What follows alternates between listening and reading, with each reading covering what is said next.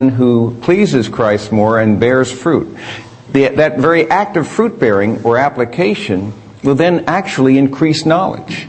So that when you know and then apply, it leads to more knowledge. That then when you apply, it leads to more knowledge, and so you have this process in this text. So it's a very, very rich passage, and I want you to really prayerfully consider doing this. Any questions on these prayers? I want to make sure this is clear to you, because I cannot stress too much how valuable and powerful these prayers are, and furthermore, how rarely people pray them.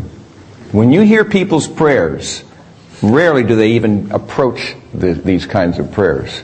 It's good to pray for the kinds of things that we often pray for health, for restoration, for career, and so forth, and those are all legitimate concerns. But this transcends even those.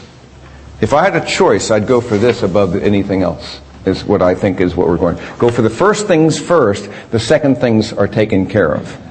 Go for the second things first, you not only miss out on the first things, but you don't even get the best of the second. There was a question over there somewhere. Yes, Doug.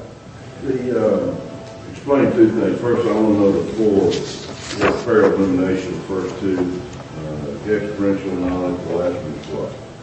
All four use that interesting word gnosko or epignosko. And this word, all four of those uses all refer to experiential, relational, personal knowledge. There's a Greek word that's oida, and oida speaks of the mind and the knowledge, intellectual knowledge. But the interesting and significant thing, he's not talking about just head knowledge. In all four of these prayers, the word he uses for knowledge is experiential, personal, relational knowledge, which is a knowledge in the heart. And that's what we're really praying for. You're not going to get that knowledge unless the Spirit of God gives it to you. That's why he's praying for a spirit of wisdom and revelation. Spiritual things are spiritually apprehended. So that deep calls to deep, and that's why these prayers are so powerful, because you will not just get this unless you, in fact, ask God to give it to you, and then it's a grace of God to, in fact, empower you to have it. I don't know, does that... No, that's great. And then the virtual circle. Is the virtual circle the soul, the mind, the spirit? Oh, the virtuous, cycle or circle.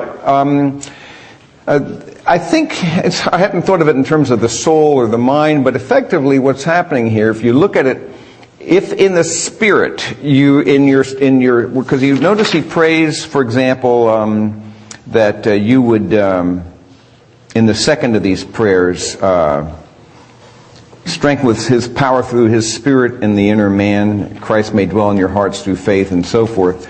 What he's praying is that it's an inside-out process, clearly. The spirit affects the outward.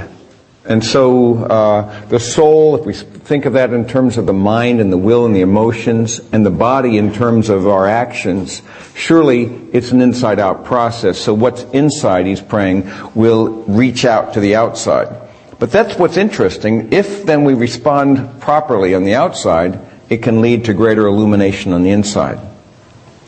Yeah. So there is a cycle like that. Any other thoughts or questions on any of this? Okay. Let's move on. I want to speak as well, again, when we're trusting God and speaking about this matter of learning to move from fear to faith, I want to speak about a principle I've taught you before, but I want to reinforce. And it's a principle of transformation, as opposed to the principle of substitution. There's a big difference. If you turn with me to John 16, these are Jesus' final words in the upper room. Actually, this is his final words in the upper room discourse before his great high priestly prayer. And actually, they've already gone out of the upper room by this time, but it's all still part of the upper room discourse. And in John 16, this is the just before he's going to be apprehended, and just before he is going to be brought before Pilate and the others, and 6 trials, 3 religious and 3 civil trials. He knows what's in front of him, and he's building into the disciples' lives.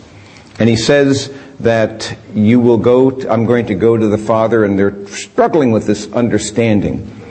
He says in John 16, verse 19, Are you deliberating together about this, that I said a little while and you will not see me, and again a little while and you will see me? Truly, truly, verse 20, I say to you that you will weep and lament, but the world will rejoice. You will grieve, but your grief will be turned to joy. Then he uses this analogy. Whenever a woman is in labor, she has pain because her hour has come. But when she gives birth to the child, she no longer remembers the anguish because of the joy that a child has been born into the world. Now that's a very powerful analogy. The birth pangs are indeed not to be trivialized. From all I know about it, I have never experienced them and expect not to, unless something bizarre occurs. But those birth pangs, which by the way are directly related to the fall, because pain in childbirth was actually related directly to that. It's an image then of something that's not the way it was meant to be. At any rate, these birth pangs actually are there, not to be trivialized, but they're very short in duration and also short in comparison, or small in comparison to the joy that will be released.